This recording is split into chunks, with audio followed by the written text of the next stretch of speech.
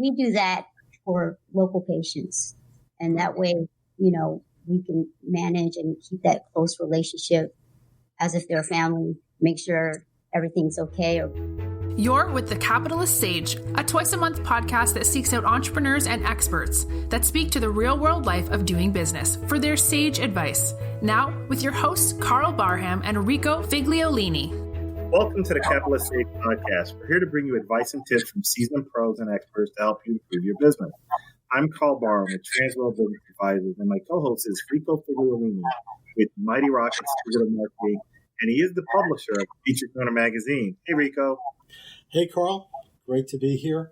We might as well jump right into it, and I'll tell you about our lead sponsor for the show and for the family of podcasts. And that lead sponsor is Hargrave Fiber. They're a large Southeast company involved in fiber optic cable and internet connectivity. Don't think of the cable guy because they're not that. They're a company that's right in the communities that they serve and providing a variety of services, including that connectivity to your team that's out in the field, teleworking. They provide it whether you're a small business or you're an enterprise-sized business. They provide tools like Smart Office that can keep your team working, both whether they're in office or they're out there at home, wherever they are working for you and getting sales done and getting work done. So check them out, hargravefiber.com or hargrave.com/business, and find out how you can get your $1,000 gift card, Visa gift card, from them once you get involved with the company. So we want to thank them for being our sponsor. It's funny how so many people are operating from home, learning from home, and so having great internet and fiber optics is super critical. So thank you for Hargrave Fiber for supporting us. Today, I'm honored to have Dr. April Hang, who is the owner of Peachtree Pharmacy right here in Peachtree Corners in Gwinnett County, Georgia. We're going to continue on our series talking to small business owners about navigating through 2020, the pandemic, and all the things that have been happening in our community. Dr. Hang, how are you doing today? I'm good. Thank you for having me on the show. I appreciate and feel honored to be here with you. Well, I'm just happy to have you, and the fact that you're in the medical health field, operating a business here is really important considering what this year has been like. Why don't you start off by introducing and tell us a little bit about yourself and why you get into pharmacy for a career?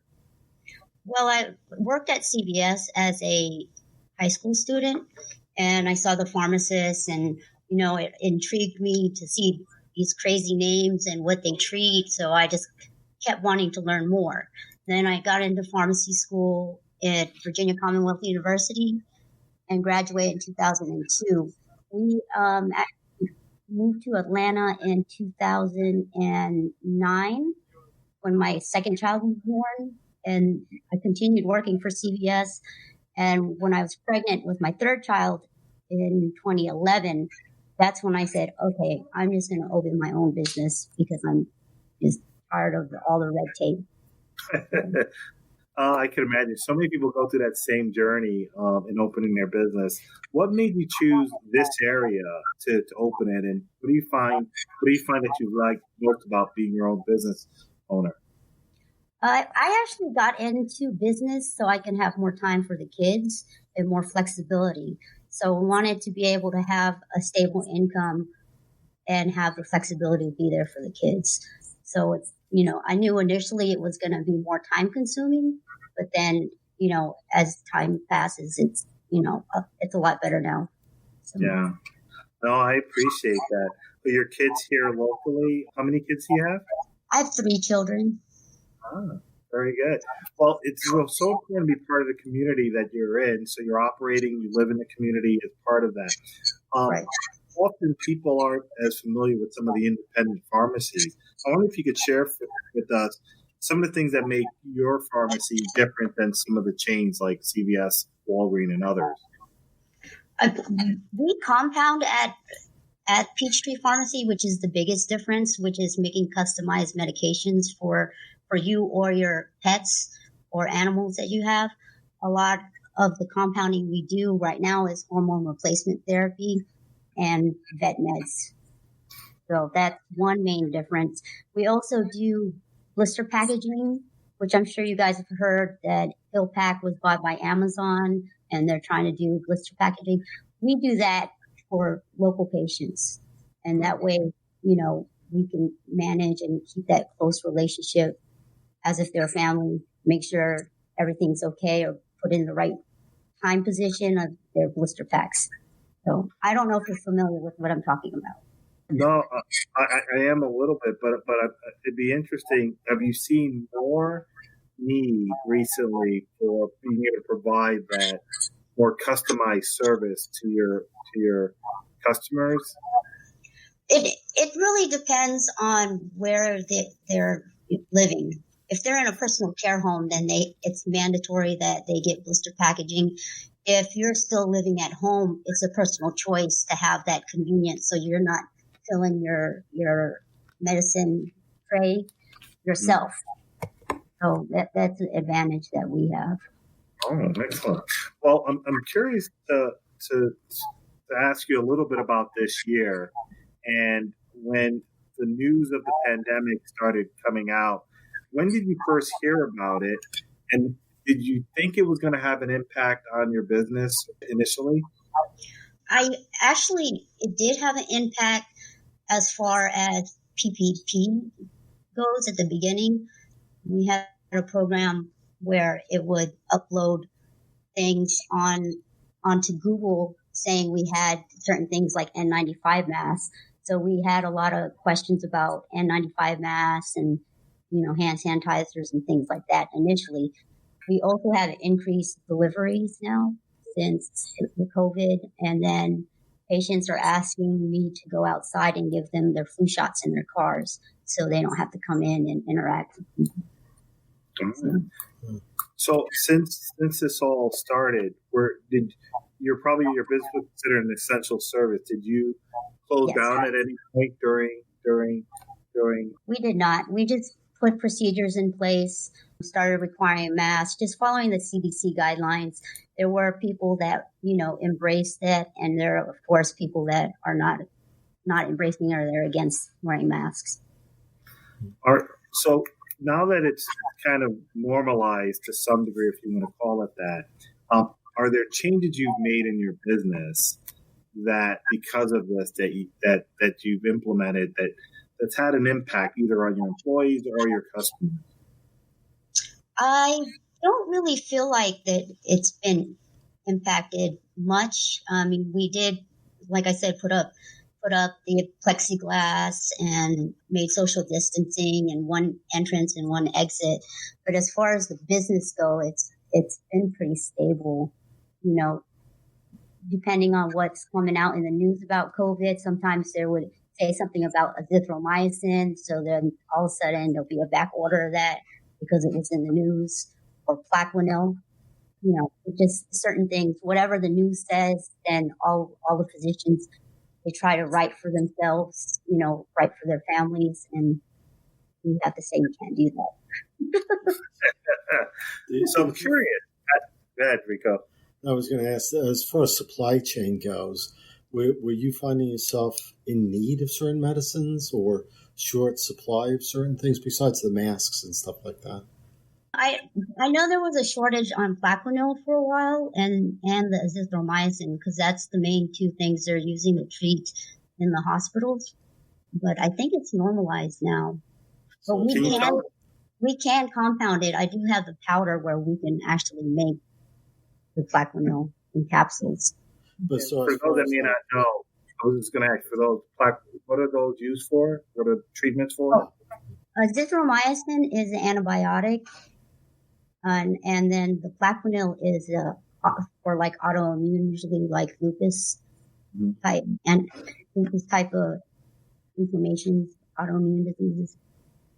So most medications, most prescriptions that have been coming to you, though, you've been able to fill and all that. Pain medications, other things along those lines. Right. Yes.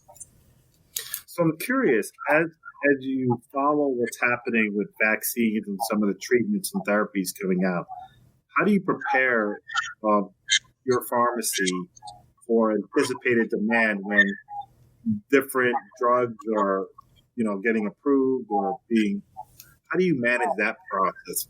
What information and sources do you use to know what you need to have in stock? We just follow the CDC guidelines. So whatever comes out, we try to follow that. As far as like sources of medications or vaccines, everything is pending. So there's nothing really credible out there. So I can't really comment on it. Got it. Testing. Do you get involved much with testing that they've been talking about? We do not test at the pharmacy. There's a little bit of fear with the staff. So we don't test.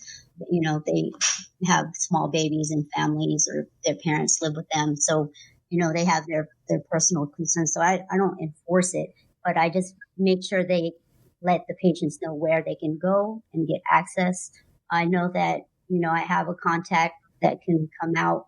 They have a mobile bus, and they'll do both the nasal swab and the serology test. And the difference is one tells you you have it and one tells you you had it. Got it. So antibodies you're talking about, or is that something? Right. Okay. Correct. And there's a bus that does that here in Peachtree Corners even? Well, I'm trying to get them to come out on 10-3, the mobile bus. It's actually with Dr. Heavenly Kimes and her husband, Dr. Damon Kimes. Sure, they're local, I think. Right? So, and yeah, they are local, and they're reality TV people as well. Yes, we are in a reality show ourselves, right? Right. This whole year feels like it's been part of a reality show. So, right. For young people out there that are thinking about businesses and careers to go in, what are some of the reasons people might go into pharmacy, either owning or becoming a pharmacist? There's so many different parts to the industry that people don't know about. There's working for pharmacy manufacturers, and you can be a medical science liaison between, the public or the hospitals and the pharmaceutical company. There's PBMs, pharmacy benefit management organizations that handle your insurance and tell you what they're going to pay for, not pay for. You can work for those companies. You can work for wholesalers as pharmacists, the hospital, obviously, different areas of the hospital. Mm-hmm. And then there's something called closed door pharmacy, where they do blister packaging just for senior facilities.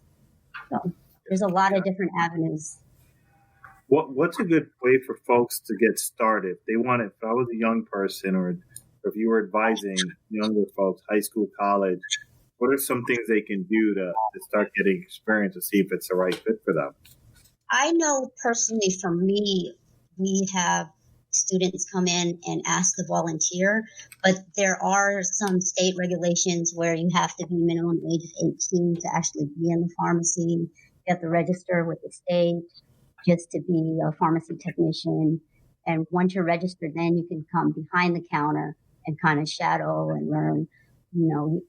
I would just recommend finding a local independent pharmacy that would take you as a student or as a shadow. Oh. How is the prospect in the industry? Is there a shortage? Is there excess? You're trying to find people? Has it been difficult? It's actually excess in pharmacists at this time. So, jobs are a little bit harder to find. People are graduating, and then the salaries are going down because of the abundance of pharmacy schools letting out students.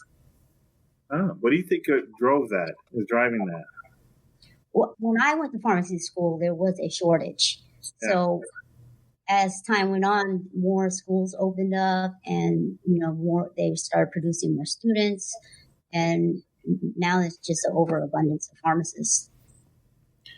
Do you think that if someone wanted to get into the business, right, the pharmacy business, it's intensive, I'm sure, investment to get into it, besides you need someone that's licensed to do it? Right. Does it have to be owner licensed to be able to get into this business? No. Okay. You don't have to be a pharmacist to be an owner of a pharmacy. Okay.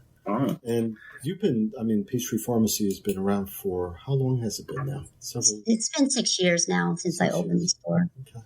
Yeah, I remember we used to go to CVS, and there was some issues about getting how CVS handles certain types of medications and inventory.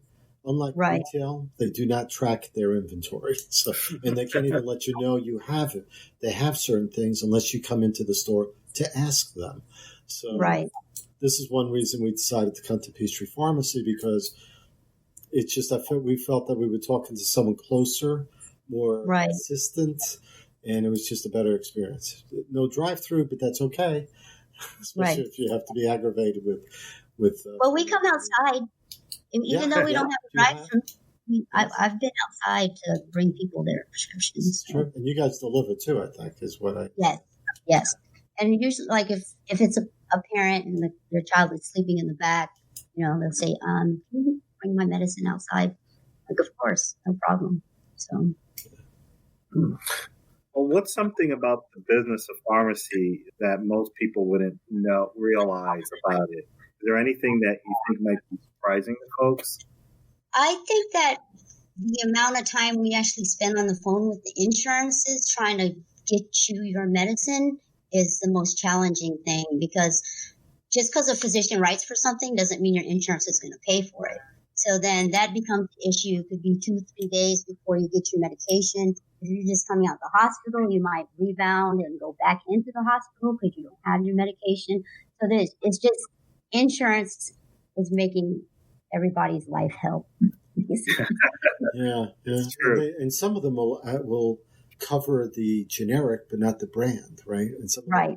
And some people want the brand versus the generic because they feel maybe the brand works better, right? Right. Is there a difference? But you're not allowed to have that choice with insurances. No, you're not. No, they tell you what to take. So you manage to keep track of it. So now that 2020 is kind of continuing, I'm curious about looking toward the future. Do you see things that you can do differently, or as you go into the future with your business?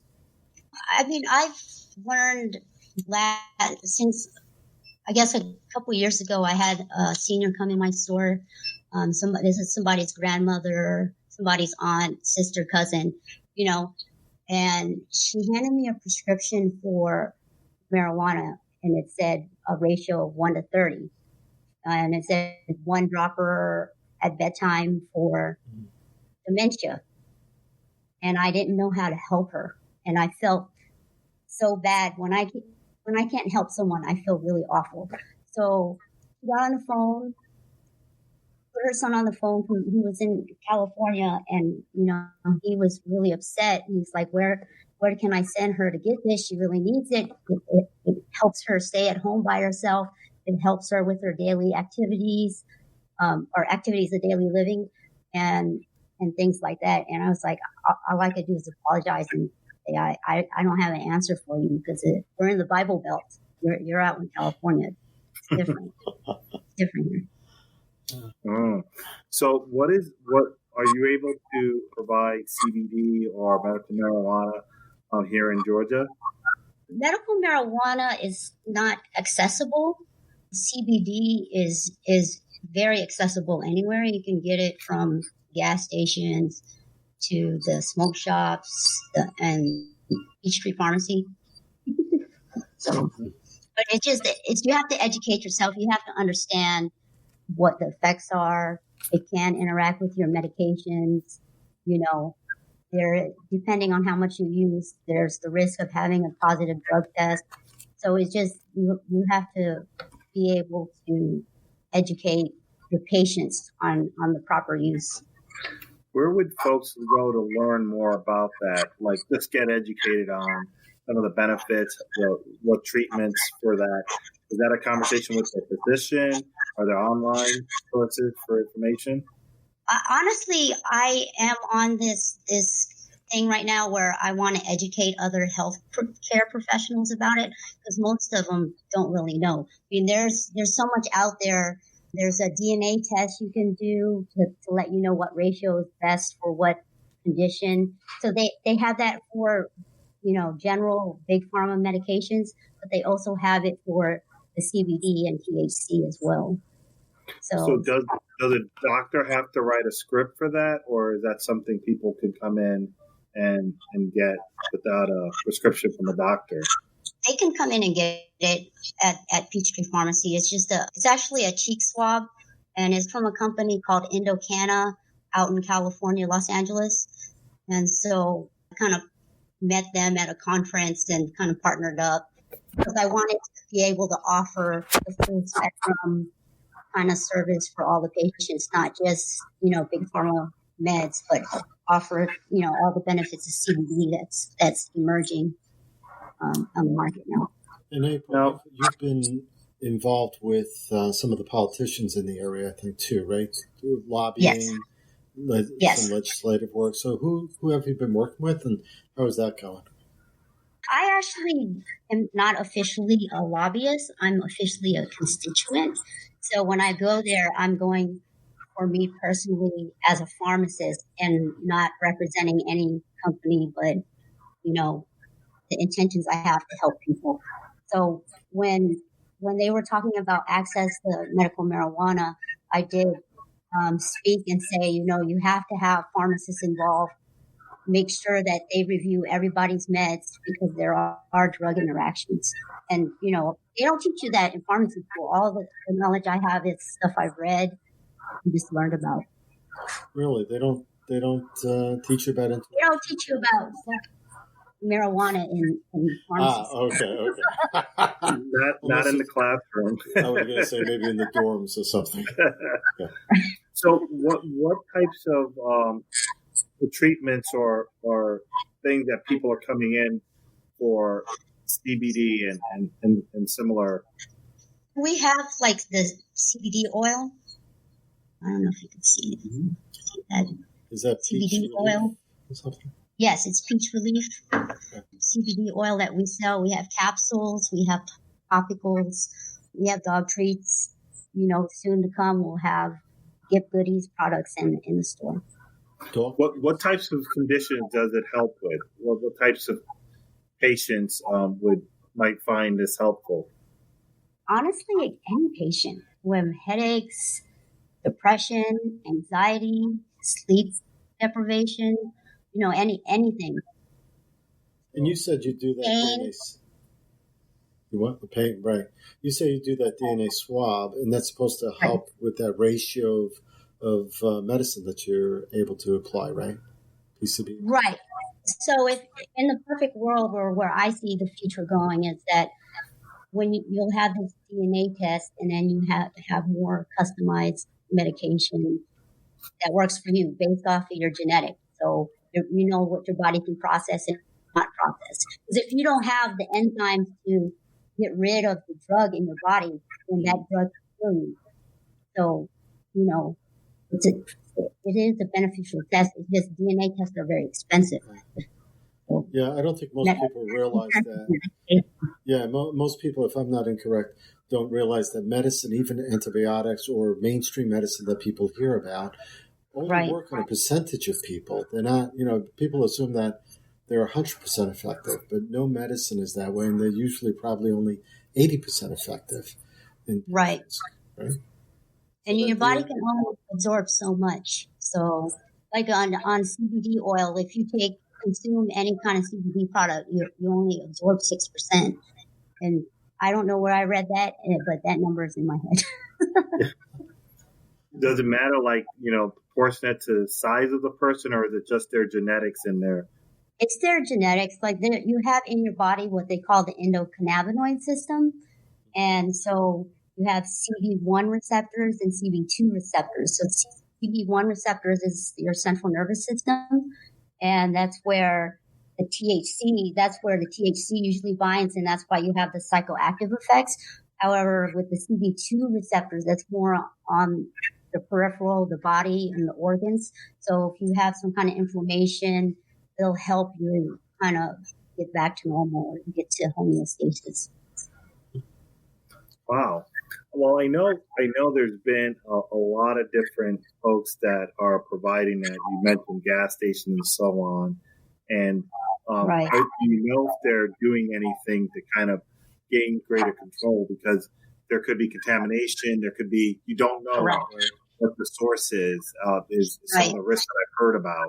Can you tell me a little bit about some of the risk factors of procuring it in the wrong place?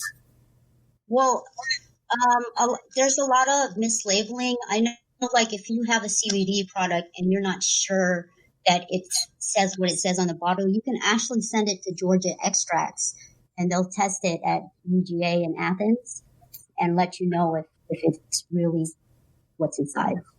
That makes sense. So, because this is not prescribed or anything, there's no FDA approvals, there's no Georgia State quality control of whatever's sold in the state. Right. There is the Farm Bill, and that's just with the hemp flower. But I honestly haven't read the entire Farm Bill, so I couldn't comment too much on it. But I know it's to help regulate the actual growing and agriculture, like keeping pesticides out of it. Right. And so making sure it's organic. Do you see, April, whether if marijuana becomes legal in the state of Georgia, at least medicinally legal, if not recreationally legal, do you see that as something that Peachtree Farm would be selling, that, alongside the the CBD oil and stuff? It's actually in the bill, HB 324. When the state gets the infrastructure set up, they'll be sold at certain specific pharmacies, and how they decide that will happen after they set up the infrastructure for access. So every pharmacy, or just certain pharmacies? Just certain. My understanding is going to be certain pharmacies. So right now they just hired an executive director to create the infrastructure for low THC oil. Mm-hmm. And so once that is set up and people start applying and they start growing, while they're doing the cultivating, they're going to decide, the board of pharmacy is going to decide, okay, which pharmacies will be allowed to carry these. Okay. Yeah. I mean, if you look into the future, how big can that industry, you think, get? I hear a lot of different, ideas around how widespread people might use it for all the different applications. But have you thought about how big that could be and how it might impact your business?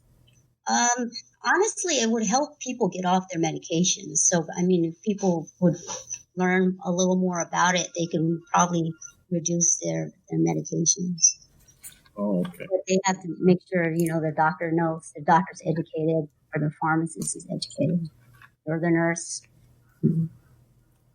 Well, I know as we look into the near future, people are being impacted because kids being home and everything else. How are you balancing all the demands on you, business, your family? Have you figured out things to help you manage through this crazy year? I'm lucky and I have a supportive family. I have my parents living with me, and then my husband is very supportive. So, I've been lucky. I've been able to, go back and forth and stay home if I need to. So I'm just home more. I miss going to the movies. Yeah, I think we all do. Although I hear that they're starting to open up in some locations and getting back. But between that, sports being thrown off schedule, I don't know what part of the year we're in sometimes based on all of that. But good. Well, I want to thank you so much for joining and talking a little bit about, the impacts of the pandemic on your business. Help educate us a little bit about CBD oil and some of the alternatives that are available. And more than anything, I consider you and your staff frontline first responders. People needed help, and through this year, they need to get their medications. And it's small business owners like yourself that have done just a great job of keeping people well as best they can. So if you haven't been once thank you from one of your clients, I'd like to do that for them. Yeah. Thank you. So, well, how would folks reach out? Why don't you tell us your address and how they can find you, social media, phone number just if they want to reach out and learn more? Our phone number is 678-691-9079. Our website is www.peachtreerx.com. We're also on Facebook under Peachtree Pharmacy and also Instagram under Peachtree Pharmacy. And what's your address and where will we find you here in Peachtree Corners? It's 5270 Peachtree Parkway. We're the new Vital that just opened up in that shopping center. Mm-hmm. Well, absolutely. Well, we definitely encourage folks to take a visit, Dr. Hang and her staff, and just want to thank you again for being on our show today. Thank you. I appreciate it. You're welcome. And stay safe, please. Yeah. Well, I'd like to just segue into what we have coming up. We've got more of discussion as we talk about the end of 2020. We're going to have some podcasts talking about, what do you do now as you're getting to the end of the year to grow your business? And so stay tuned. Follow us on all of our different channels. I'm Karl Barham with Transworld Business Advisors of Atlanta Peachtree.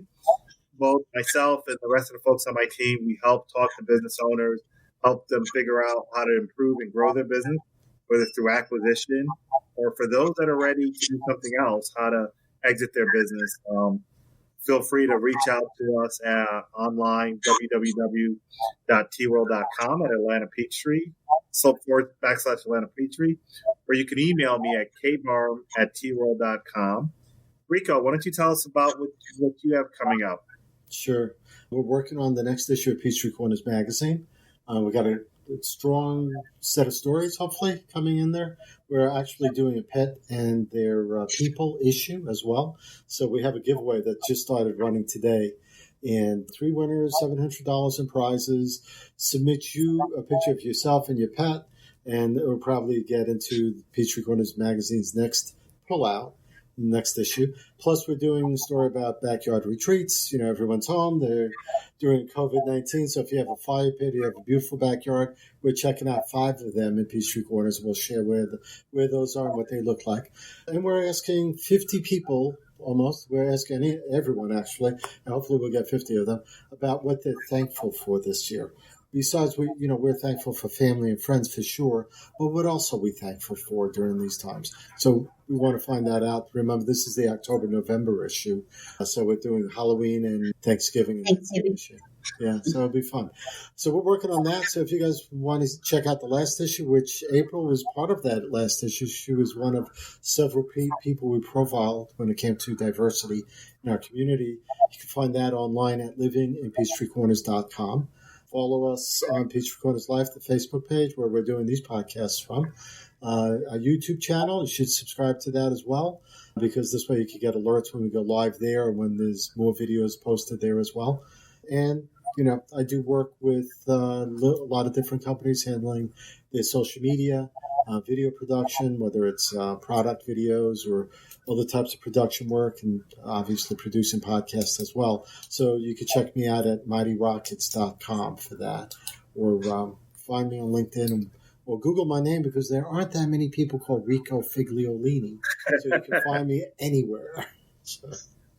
Well, thank you for all that you do, and please do check out the magazine online. There might be some still out there to pick up if you haven't, and just keep up what's going on in the community and get to meet and learn the folks that make up your community.